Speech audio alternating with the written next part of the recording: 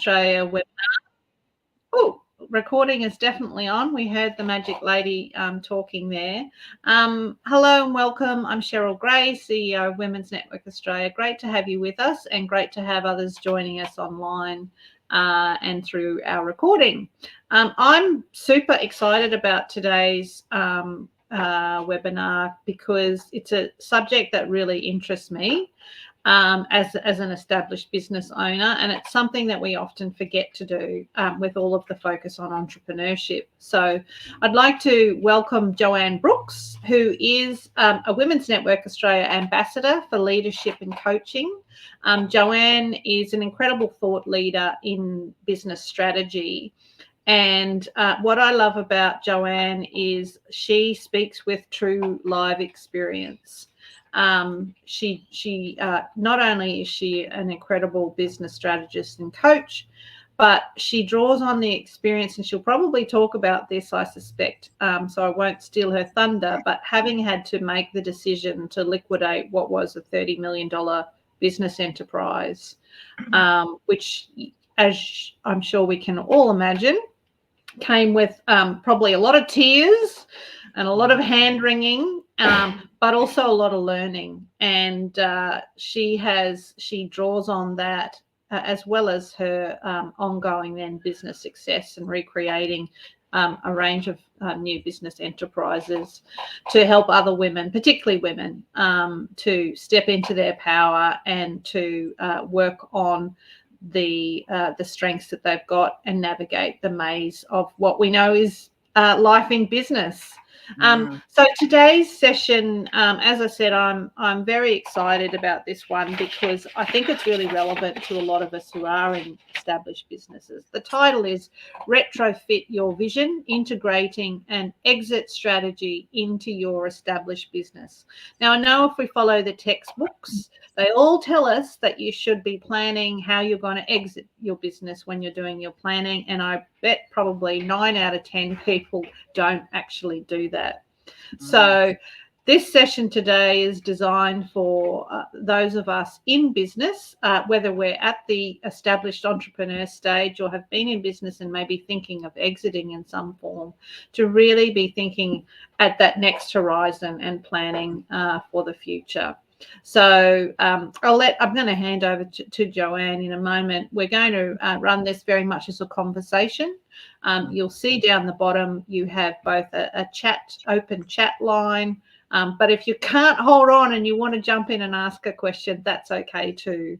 And we will have time, obviously, then for open discussion at the end. So whether you're considering selling, passing on your business to perhaps the next generation or someone else, or seeking to step into a new venture, we're hoping that today's session will give you some insights and tools that you need to make informed decisions that align with your long-term goals. So welcome, Joanne. Great to see you again. Oh, thanks, Cheryl. It's always lovely to be on the screen with you, and I really appreciate the opportunity to chat to all of you ladies and the ladies who watch this recording. This is a topic that's really dear to my heart because one of the things that I foresee in the future, most business owners, they use their business or perceive their business to be their superannuation, right? Talking about Aussies, we don't necessarily contribute to superannuation as business owners. I know that's a habit that we don't necessarily pay ourselves first. We pay everything else, and so often our superannuation is left behind. So I just want you to visualize something that, let's assume it's 10 years down the track. They're suggesting that Australian Bureau of Statistics suggests there will be 1.4 million businesses for sale in 10 years' time. I suspect it's going to be much more because, Cheryl was just sharing before, there's a bunch of people that she knows. She goes to look at their website and they seem to have disappeared off the earth. They've gone. They've vanished. And the scary thing is 60% of those 1.4 million people won't have had a plan to exit their business.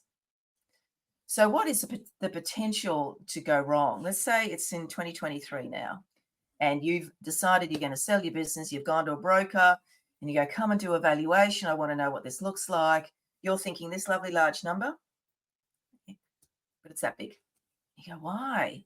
And you go, oh my God, what am I going to do? Well, my suggestion is if you could, get a DeLorean and go back to 2023 and or 2024 and work out what we should have done now so that you can prepare ahead. Because sadly, too many business owners vanish and they've done their shirt and they just walk away, or they feel that they've done something right over the years that you've been in business. And then you get to that point, whatever that exit is, and you go, oh, damn it. The value is not what I expected it to be. How am I going to retire? What do I do? Do you just keep plugging along? Do you just take what you can and hope to goodness there is an age pension for us in 10 years' time? Like, I don't even know whether there will be one. Like, I suspect my 27-year-old daughter will not have access to an age pension. I'm pretty sure that won't happen because our country can't afford it, right? So we need to think and plan ahead as to what we should do ahead of time. So Cheryl's introduced me. I've run about 17 companies in the last 20 years. And it's not because I got sick of them or they failed and lots of stuff. I created a business that had many businesses within it. And so we always had a plan of what that business would look like, what its exit would look like. And at that time, it was an IPO or list on the stock exchange. Now, that's a very big, audacious goal, and not everybody wants to do that. And that's perfectly fine, absolutely perfectly fine. But my question I'd like to ask a question, and you can answer or not. Does any of you have an exit plan? Have a bit of an idea as to what your finish of your business will look like? Great. Awesome. So sorry, was somebody going to say something? I was going to say, look, no. Yeah, no, not really. And no. Yeah. And that's normal, right, Sandra? So, most people are like that. Now, I know when I speak to business owners and they're thinking about putting a business together, starting it, launching it, and they're asking me to put a plan together and all that sort of stuff. My two first questions are, why are you starting it?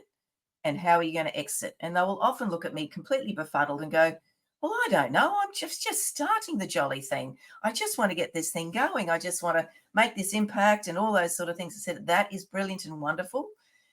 And you've got so many choices of how you can exit your business. But what if perchance it was an IPO or listing on the stock exchange and you've run it as though you're generating as much income from that business for yourself personally every year, and you're pulling everything out and you're doing whatever you can to support your lifestyle? They're two completely different paths. And so they don't align with what you might have thought in your head as to what you want to do. For example, there's a business that I work with at the moment that's called the Zell Group, and our exit strategy is absolutely an IPO. So what we are doing today is as though we are already listed on the stock exchange. So there's a lot of compliance, a lot of governance and all that sort of stuff. So that's really large. It's big business, big corporate staff. And we've got 20 staff, so we're not a large company. But I know, having done it before, that if we go to get to IPO and we suddenly turn on the tap and say we're now listed, the level of compliance will go 100-fold. And people will be disturbed, will be nervous, will be pulling their hair out going, how do we do this? So if you run your business as though you have the plan in mind, and hey, plans change, and that's perfectly okay. It might be, I'm going to sell this business. And, when you get to halfway to that goal and you go, actually, I'm going to do something different, that's okay. You can change how you run your business to make sure that it meets that requirements and gives you the return that you need. Because we're all in business to make money. Nobody should be ashamed of that. But we're also, are we there to create a legacy? Are we there to build something that's substantial than what it is today, to sell it, make a profit, but build a nice lifestyle along the way? Every pathway is slightly different. So when should you plan your exit? Right now.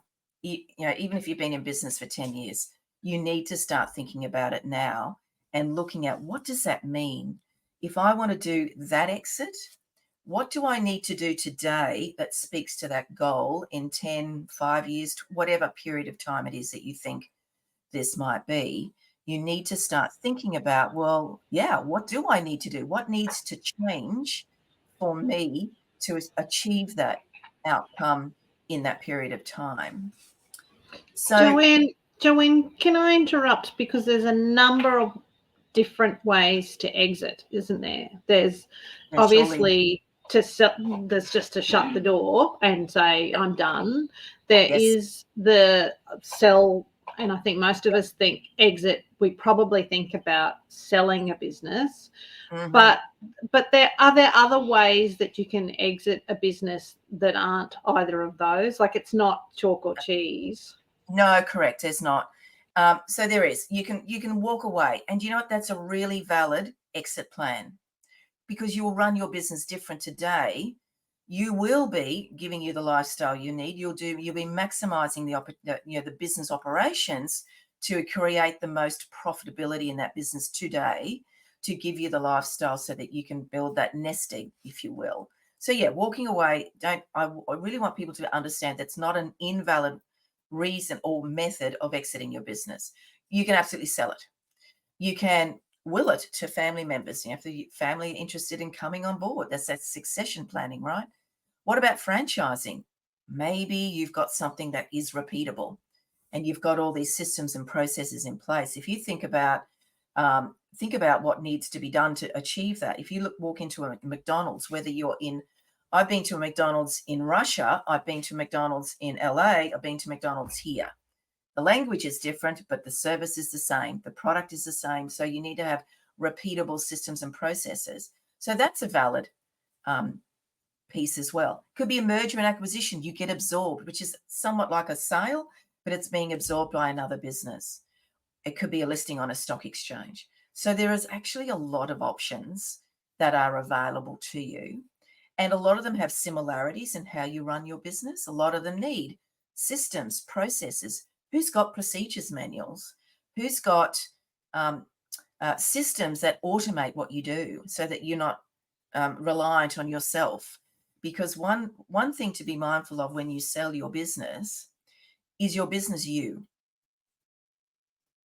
And so when you sell your business, what is that person getting when you step away from that business? So even selling means, well, how do I replace myself? Is it systems? Is it automation? Is it bringing in a manager who you teach and support and guide and mentor to be able to step into the CEO role when you on-sell it to somewhere else? So there's all those things to consider. But there's a really important piece that you do need to consider before you do anything, and that is really define what your success looks like. So I know, I'm going to share what mine is. I know when I'm successful in my business, and whilst I do some stuff in the Zell group and I do a whole bunch of different things, I represent Be Connected as well. I have my business Navigate Biz. My end goal, I can feel it. I literally get goosebumps when I start talking about it. I can smell it. I can hear it. I can taste it. That's the level that I believe I know I've arrived. So I know when I've arrived, when I am in a conference room with literally tens of thousands of people listening to me speak, and I bring 1,000 women up, and then I've scholarshiped all my programs to them, and it's impacted their lives. That's my goal. That's when I know I've arrived. And so I write that down every day. And I write it down as though it's already happened. I don't write goals.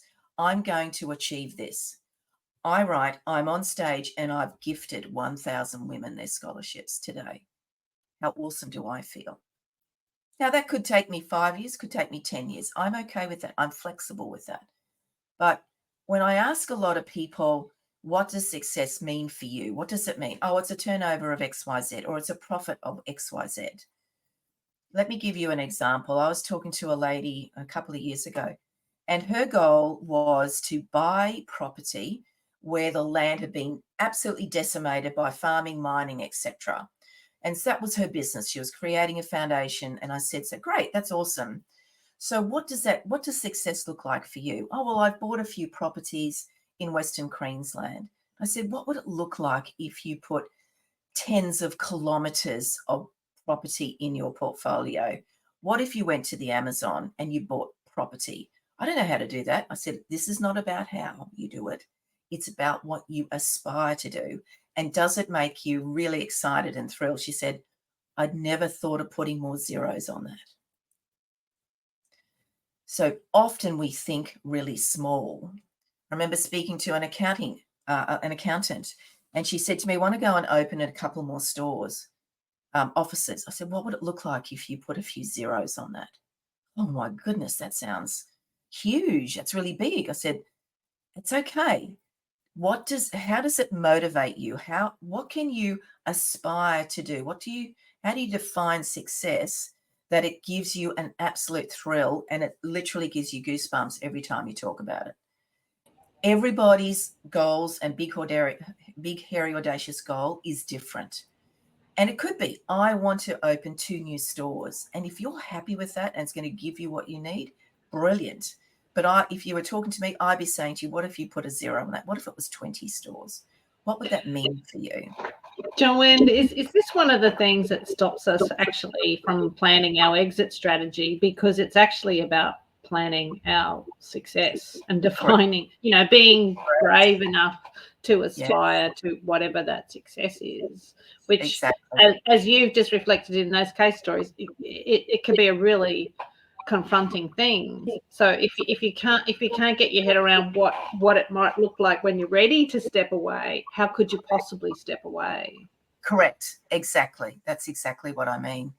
I remember there's many women in business, and this is something that we've all grown up with. It is, started a business. I want to generate an extra piece of income so I can put my kids through private school, or I can get them to do the ballet lessons. All these things that us as mothers and women often reflect on. I was working in a business that I found out after my daughter was halfway through school. She was in one of the most expensive private schools in Brisbane. I had no idea it was that expensive, but I was happy to put her there because I know it set her up for success. And so that's what I defined my success as that. I actually want people to go deeper than that. I want to get to the point, and this always makes me a little bit teary and a bit goosebumpy as well. I remember speaking to my daughter. She's now 27, and she's fantastic at marketing and all that engineering, the back end of marketing. And during COVID, she decided she'd start a business. I said, that is absolutely brilliant and the best time to do it. Because if this is the time that you need to do online sales, that's when you got to do it. You got to jump into it. And I said, tell me why. And she said to me, look who my teacher was. That, for me, was success. I went, that just floats my boat. Absolutely made me feel great, made me feel as though I was validated in all the things that I've done to build this person into the person that I wanted her to be. And she continues to thrive and all those sort of things. So it's really digging deep to what does success look like for you? What does it mean? What's the impact? What's the consequence of that? Is it having your child coming up to you and saying, Mum, Dad, I'm really proud of you. We live in a beautiful home. You've given me this amazing schooling, this opportunity, all those things. Who as a parent doesn't want that? Yeah. Can I ask the question, particularly for those businesses, you mentioned it, where you feel like the business is that you are the business, if it's, say, you're a sole trader, freelancer, whatever, and you think, well, if I wasn't here in front of the computer doing whatever it is or making the whatever, there wouldn't be a business. Yes. How do you move beyond the mindset that I am the business? And second question, how do you truly identify what the value of the business is if it isn't you? Yeah. So you as an individual bring a certain genius to this business. So whatever the skill set that you've developed over time that's had the impetus for you to create a business, whether it's a service or a product, you've brought some element of experience, and might be education, life experience, business experience, whatever. And, there's no difference for me in Navigate and the business that we're going to list on the stock exchange. It cannot be reliant on me. So what can I do to navigate that pathway so that if somebody comes along to me and say, Joanne, I'd love to buy your business. It really blends in well with what our plans are. I am, if anybody knows me, I'm a huge lover of technology. I've been banging on about high tech, high touch for literally 20 years. High tech for me is making good use of the technology that's available to us to take the heavy lifting of the mundane and the boring and the monotonous and the repeatable actions we must take every day in our business, and to enable to free you up to bring yourself personally into this business. So that's step one, is looking at what technology can I use that can take a lot of that heavy lifting, because we've all got the CFO hat, the CMO hat, the COO hat, the CEO hat, all those hats that we have to wear, the chief sales operating officer. We're all these people in these businesses, and you cannot and should not do business alone. That's a really important message I want to share. We have got the most amazing collection of women in the Women's Network Australia networking group who, why wouldn't you reach out to say, you do this and I do that, why don't we collaborate? My largest successes, the business I built to 30 million, was collaborating with my biggest competitors across the country. I knocked on their door and I say, I do exactly the same as you. You are 50 times bigger than me. I'm a little orange speedboat, but I'm going to make it really easy for you and I'm going to generate income for you. And I just want to collaborate with you to make that work for me.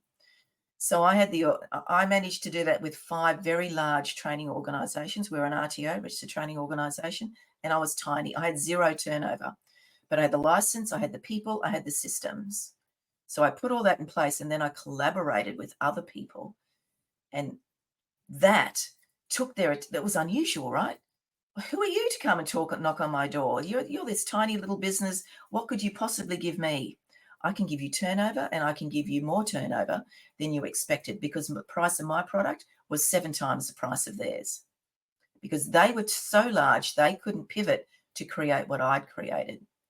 So I'm not saying that's the be all and end all, but I'm hoping I'm answering your question. It's recognizing, what do you do every day that you could put some sort of technology to take that heavy lifting off. Enables you to focus yourself on whatever you deliver in service or product. But you're still in there, right? So you need to think about, who can I teach? Who can I bring into this business? And, these people could be employees, contractors, casual, could be part of your advisory board, people that you surround yourself with that help you build your business. So I'm not saying you need to go and employ a whole bunch of people, because that's expensive, right? Employing people is incredibly expensive and can be very risky. And I know there's a lot of smaller organisations in the Women's Network Australia. So why don't we all get together and collaborate together? I can do this, you can do that, you can do that. Let's build a collaboration network so that we're helping one another. And when we're ready to exit, how do we support one another to make that work efficiently, so that when the new buyer comes in, they step in with their genius, because they're not going to buy something they know nothing about. It'd be pretty unusual. And they can blend their genius into it. I love this, because I'm yet to come across any business owner who says, I've got so much time on my hands, that like I can spend time doing other things. Like, the one thing we all have in common is we don't have enough time to do all the things we want to do. So ways in which we can create time or give time back by working together. You do that bit, I'll do this bit. Seems such a sensible thing, but we, it's still quite uncommon to do that. You'd think with all of Australia has a massive number of small businesses, but we do tend to still work in isolation. Really, yes. And when it is done, I've seen it time and time again where it's done, Cheryl's a great lady, we'll just work together and we'll work it out. And my answer to that is no. If you are going to collaborate, put an agreement together, right? Because I've seen it where a previous business partner of mine, he was in business with someone else and his partner died. Now, these things, life happens, right?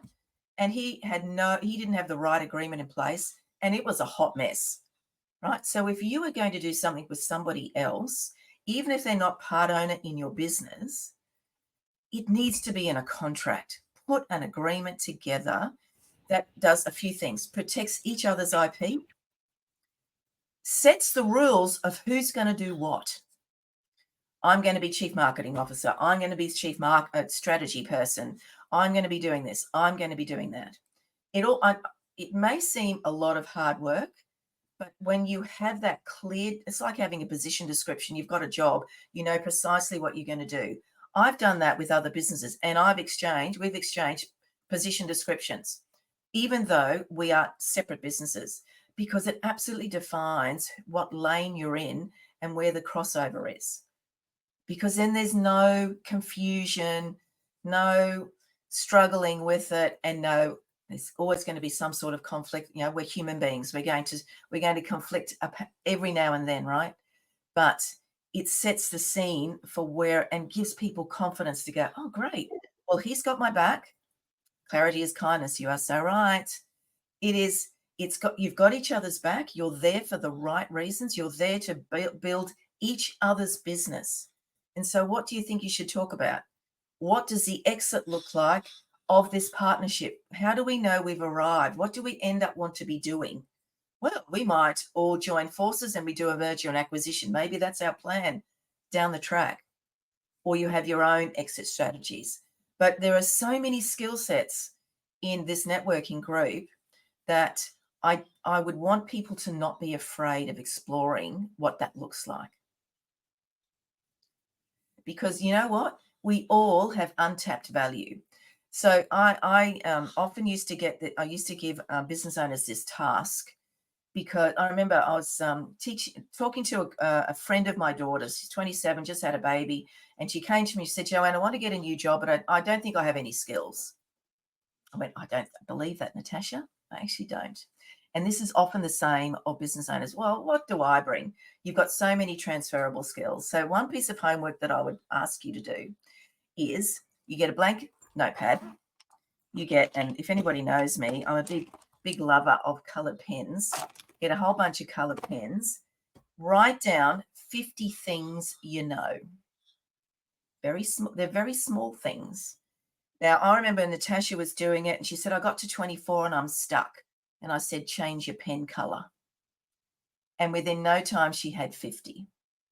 And I said, how about you go 50 again? And she went, oh my goodness, look at all the things I know.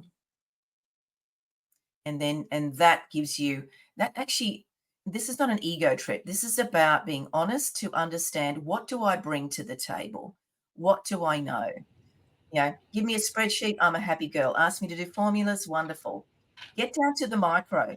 This is a really important piece, because it helps you to identify what you already have and bring to this business. What are you going to bring to some sort of collaboration? Be really clear about what you're really good at. And so this is not an ego thing. And the way that you know that you're really good at it is when you lose time. Give me a spreadsheet, and before I know it, hours have gone. Get me to put a slide deck together or put a workflow together. Hours just disappear. Beck, I bet you when you're buried in marketing and doing all that fun stuff, time just vanishes for you, because you're in flow, right? You're in flow. It is what you tap into. It's what you love doing. And so there are lots of things that we don't like doing. Who likes doing their BAS and doing their bookkeeping? Not everybody. Yeah, right. So guess who you need to find, if you don't already have it? A bookkeeper, someone to collaborate with to help you with your bookkeeping. So your advisory board are all these people who can help you. I think, I was just going to say that same exercise, Joanne, about, what you're good at, but also what are the good things that your business does? Because I think we fall into the trap of, we think we know what the good things about our business are, but that's not necessarily what the value or the highlights that someone else might see.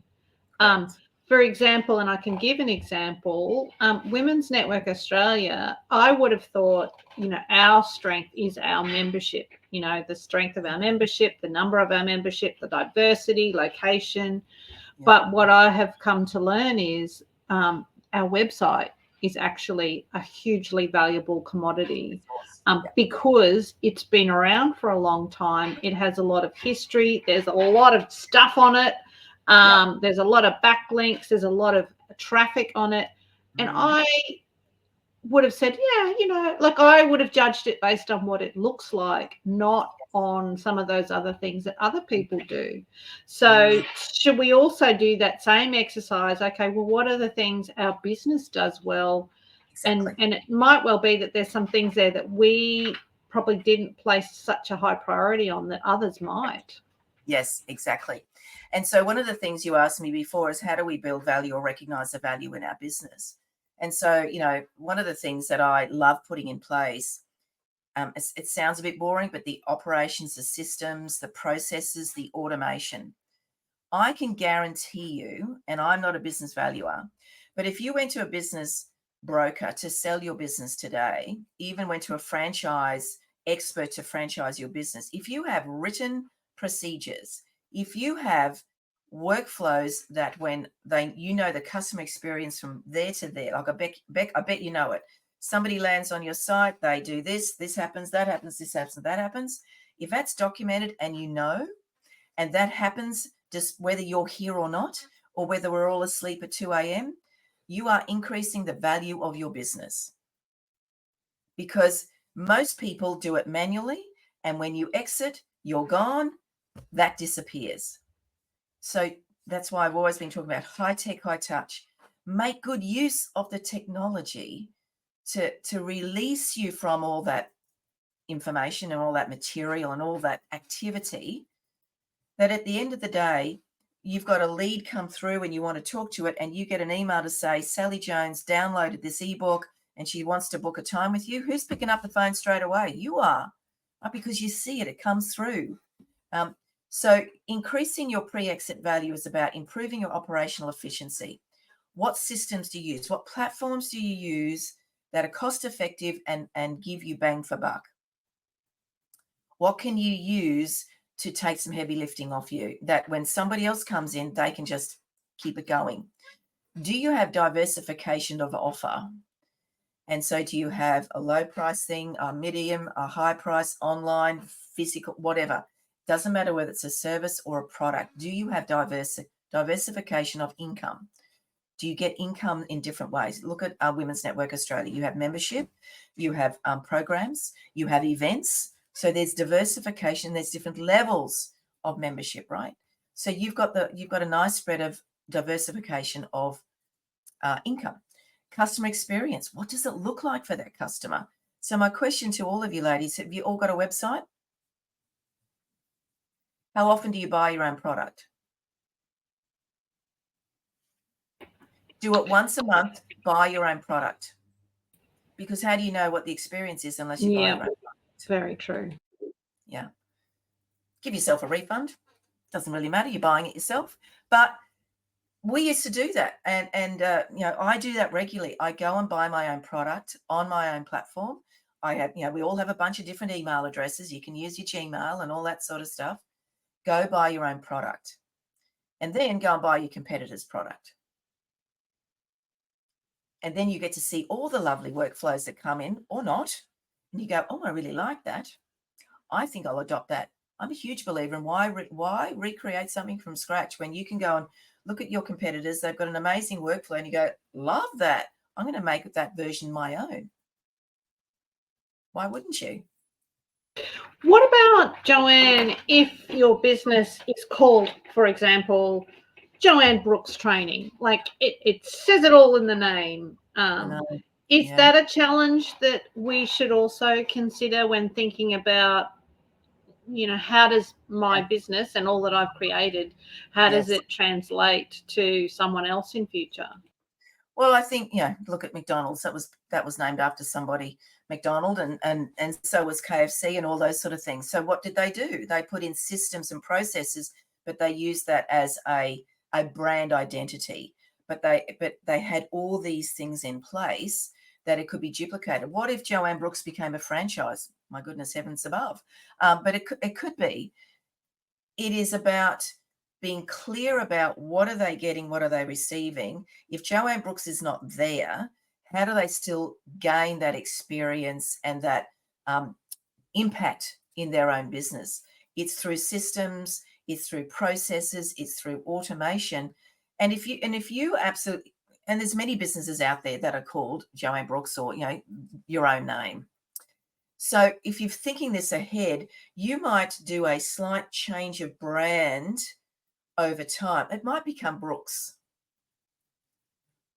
Drop the Joanne. It doesn't become quite so personalized, so that when you do go to exit whichever way, it still makes sense and still connects. So, I've owned businesses that Navigate's had a different brand style probably about 10 times in the 8 years that it's existed. It's changed so many times. I know you guys have got the amazing lady helping you with your brand and the identity and how you speak about it. So those things are normal. You look at how McDonald's has changed and, all those takeaway brands, they've all changed their messaging and all that sort of stuff. So I think it's just, to answer your question a bit more succinctly, is to say, think it through, and how important is your name to this brand? And is there a gradual shift of brand identity over time to get you get to that point that it's no longer an issue? Because it may well be. Joanne and Sandra as well. Well, there's a pause. I just want to reflect if you have questions, or you, Beck, in what we've covered so far.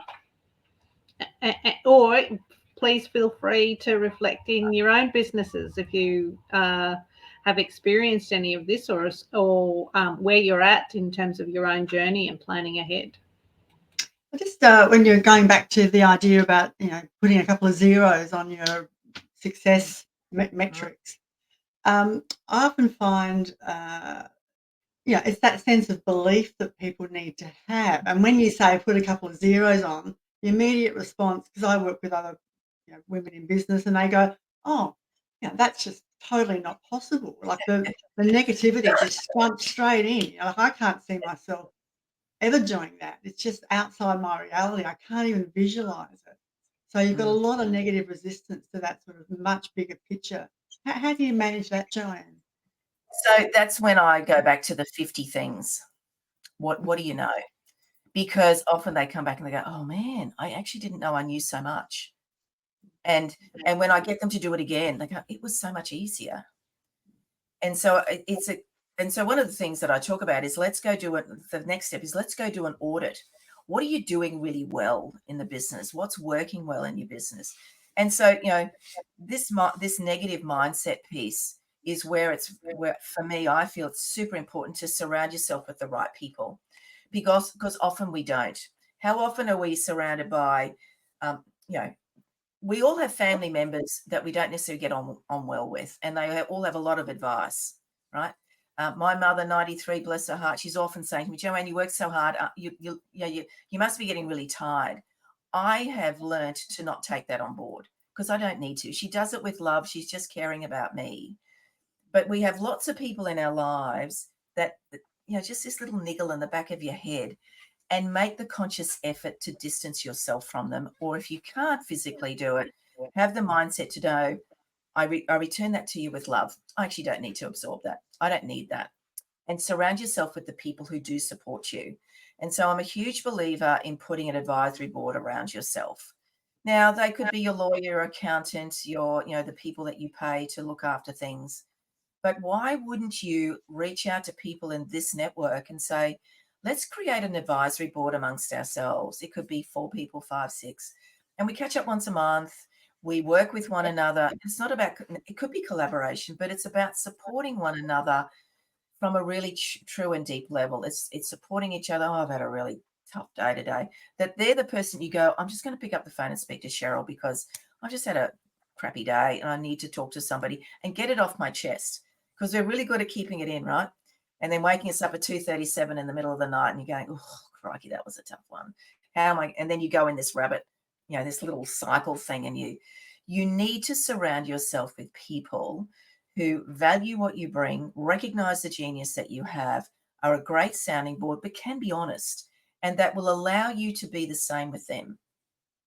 So you could have a number of professional advisory boards, but support advisory boards. That is where you get lifted. That's where you go, oh, actually, I bloody do bring a lot of good stuff to this world.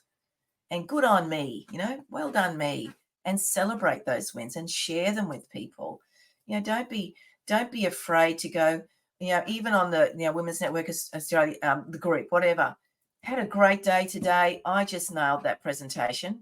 Or, I've been having this negative mindset, just watched a webinar and I just feel $1 million. Share and celebrate the wins. We are so good at sharing the crappy stuff, but share the good stuff. Joanne, Judith asked a great question about advice for small not-for-profits when income wouldn't be the value. Probably, I'm guessing service and outcome is really the value. And how do you position that from an acquisition? I hope I've summarised that, Judith. Feel free to jump in. Yep. Yeah. Not-for-profit, it's a bit of BS, I think. And I'm going to say, I said this for a reason. You actually do need to generate a profit. You're not there, your driver is not profits. And so you're there to have an impact. You're there to change something in somebody's position. So I'm just going to go to the chat myself so I can see that question. I might just chime in there because I chair a small and you're right, I chair a disability services provider, and we don't use the language of not-for-profit anymore. We have to talk about ourselves as a for-purpose business, because if we don't make a profit, we go broke and we can't provide any service to anyone. But I know what you mean, Judith. It's still very much the vernacular of I'm a not-for-profit. And we are going through a process at the moment of looking at strategic partnerships. And in my mind, looking from a for-purpose business, looking at strategic partnerships helps keeps your mind open to multiple possibilities, because not everything is a merger or an acquisition. It could be a joint venture in a new service delivery area. It could be that, yes, you'll deliver this part of our business, say it's the financial services and the business services end, and make profit out of doing that because we'll pay you to do it, which allows us to focus on the areas that we do.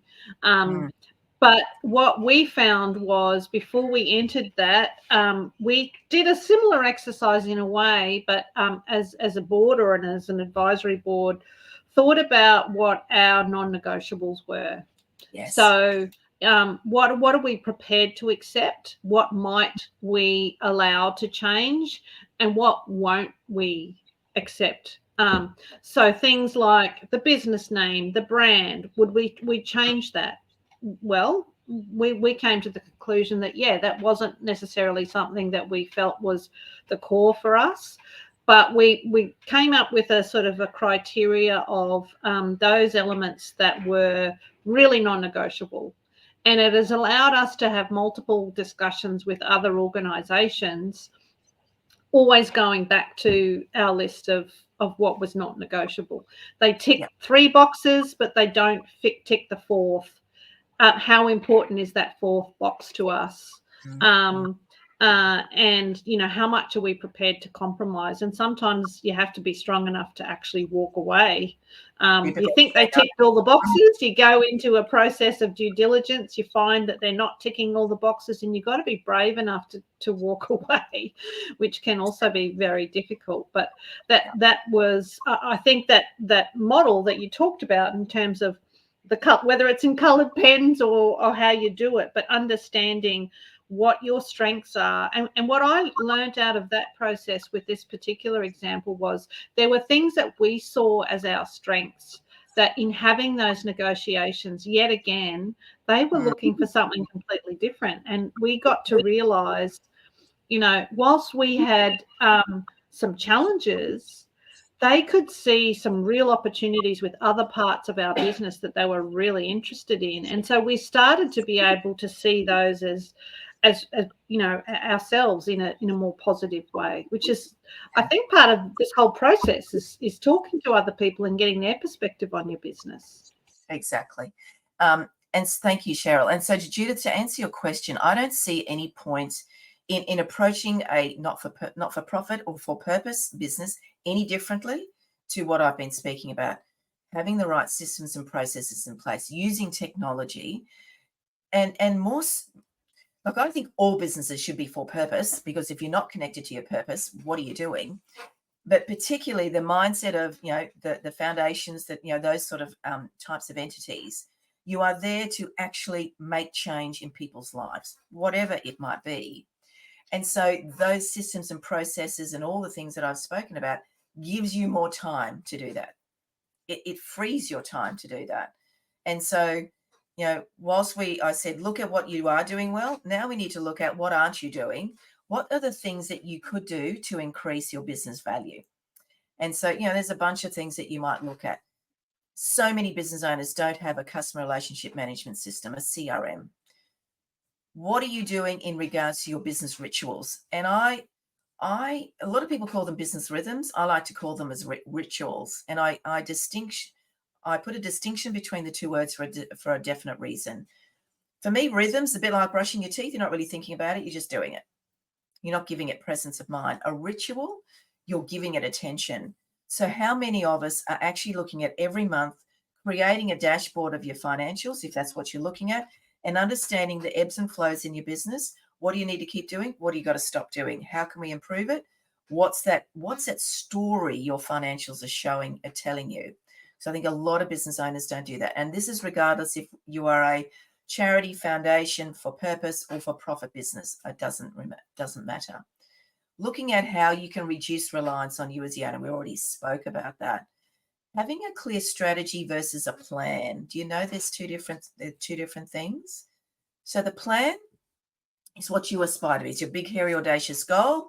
And how many people know your plan? One of the things that I did that worked incredibly well for me in collaborating with these large companies that I spoke about earlier was I created a one-page business plan, which was A3. I printed it. It was old school. And I said to them, this is where we're going. So I said to them, I want to collaborate with you today, but in 5 years' time, I don't want to, because I'll be bigger than you. I'm going to do this. This is how I'm going to do it. These are the numbers. And here's a visual document of what I'm going to do. They loved that because they could see that I'd thought it through and understood the process. But I also showed it to my staff, to my suppliers, to my customers. I was never shy in sharing where I want to take the business, because it takes them on a journey. They get caught up in the vision and the excitement of where you're going. Does it change? Absolutely, it does. Your strategy is how the heck you're going to do it. What are you going to do? What systems do you need? What is the approach? What's the branding message? All those sort of things. A lot of people get those two things, strategy and plan, business planning and business strategy, muddled up together. They're not. What else can you do to add value? Do you have a strong brand? Women's Network Australia has an amazing brand. We recognize the logo, the color palette, all that sort of stuff. Consistently saying the same thing across every channel, every platform. You will not see different tone of voice, different colors. How not negotiable are you about your brand? It is so important, and it doesn't have to be hard. Let me share with you, when I built my $30 million business, I spent $250,000 on rebranding that business. I can now do it in Canva. So can everybody. I don't need to spend that sort of money anymore. Life has changed. Technology is here to support us. And, we've got some amazing people in this network who can assist people with that really seamlessly and easily. What systems do you have? Standard operating procedures. Now, I'll just a quick tip on that one for you. I've spent years and so much time writing a manual that was very long with lots of words and screenshots. Hate those. They're really awful. Nobody wants to read those. I do screen shares and I do 2-minute videos. This is how I do this today. And you create a library of videos, and that's your standard operating procedure. Why would you write it? It's so much easier to record your screen while you're doing it. Create a video, download it, stick it in a nice spot, and keep it up to date. Contracts. Do you have written contracts with your collaborating partners, with your joint venture partners, with your suppliers, with your landlord? It's surprising how many companies don't have good contracts in place to protect them and their suppliers. And the biggest one, I am looking at a slide. We chose to do this as a discussion. I've got advisory board written down twice, and I did that deliberately. because it's so important. Please find an advisory board for yourself. You've probably got a bunch of them already. Your accountant, your lawyer, your bookkeeper, Women's Network Australia is part of your advisory board. But proactively go out and find people and go, how would you like to create an advisory board? And let's catch up once a month. And let's really help and support one another. It's so important. And strong financial management. Don't be afraid of your numbers. Too many business owners don't understand what EBITDA means, what GP means, what NP means. And I'm deliberately using acronyms because we need to know them. We need to understand what else, because I do truly believe, I'm an old commercial finance broker. I've done many things over my life, and I love looking at a set of financial statements because I can tell you, if I look at three years of financial statements, I can tell you a story about that business just by looking at it. And every business owner needs to be able to tell the story of their business, because what happens when you need finance? Guess who's going to ask you? The financier. And they want to know that you understand your numbers. I love it. We're coming up to the hour, so I might just open up to any final questions before we wrap up the session. How are we feeling? I've got a long list of things to do, to be perfectly honest, and I suspect we all could be the same. Yet got the yellow notes out. And Cheryl, you've got the slide deck, which I didn't use, but you're very welcome to share that because it gives a little bit more detail, like I was just referring to it. So, Beck, you wanted to make a comment? I was just going to say, Joanne, I know a lot of people, one of the things they hesitate on when it comes to selling or, handing things over to someone else is, what if it all goes to shit for that other person and I've let them do it? Like, so how do we kind of manage our expectations about what happens once we hand it away? So are you talking about handing it over in that you've sold it, or there's been some sort of exchange of contract? Well, you know what? Buyer beware is my first thing to say, because they should do their own due diligence of understanding the financials, the systems, the contracts, and they need to have done that. But you as a business owner, when you have all those in place, like I was talking to somebody yesterday who's looking for some angel funding, and I said to her, answer the question before it gets asked. So when they say, how do you do this? Show them the workflow. How do you do that? Show them the business plan. How do you do this? Here's the brand. It's all documented. How do you do that? There's all the SOPs and video. If you set them up for success, you can walk away with confidence to know that you've handed them a really viable, amazing business. Now, it might be through their own efforts that it's not as successful as when you had it. That is not your fault. But if Or they might choose to take it in an entirely different direction. And again, that's their decision, isn't it? Exactly. But by setting yourself up for success with all those systems, you can ask more. You will achieve a greater sale price for your business, because as I said at the very beginning, 1.4 million businesses will sell in 10 years. 60% won't have a plan. So how about you be the top 5% with everything in place, and you are getting the top return on all the years that you've put into this business. Terrific way to end our session, although I see Rebecca's just joined us. So, Rebecca, we're actually just finishing up, so I'm not sure if you've had trouble coming in or you've come in late, but we're going to wrap up and we'll make the video available to everyone who's on the call, and it'll be on our Women's Network Australia website. Fascinating discussion.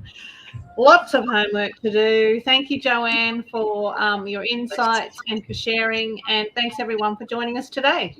Thank you. Thanks.